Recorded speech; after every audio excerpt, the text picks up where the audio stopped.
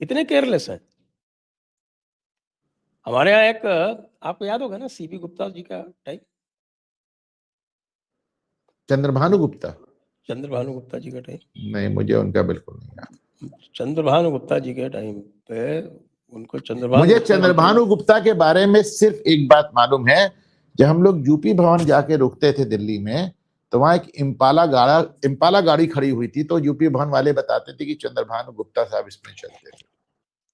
That was all I knew. Oh God. बताया जाता है कि चंद्रभानु गुप्ता जी जो थे वो इलेक्शन मैनेजमेंट एक्सपर्ट थे, और उनकी जो एक्सपर्टीज ये थी कि वो बैलेट बॉक्सेस बदलवा दिया करते थे,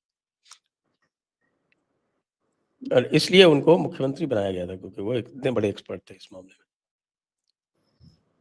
वो अलग बात है कि फिर बाद में वो संविद सरकार आ गई और वो उनको हटना पड़ा। तो ये तो आपको पता ही ना 1952-57 के इलेक्शन कैसे हुए थे।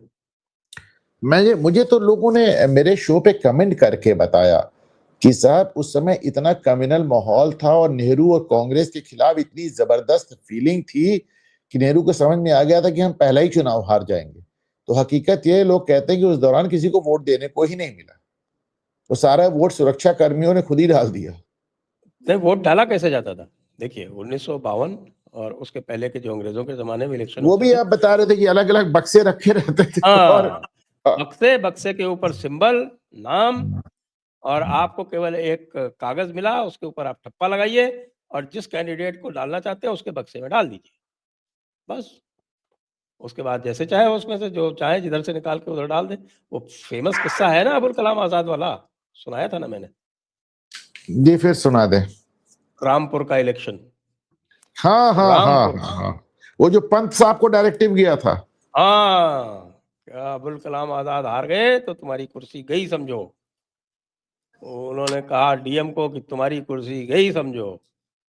उन्होंने तुरंत कार्रवाई की, इधर के उठा के उधर डाले, काम खत्म।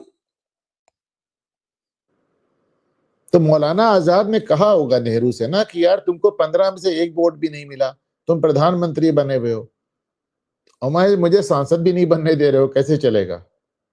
अरे जबरदस्ती भेजा गया था उनको रामपुर, वो तो बेचारे मेवात ही जाना चाहते थे। अगला चुनाव फिर उन्होंने मेवात से ही लड़ा।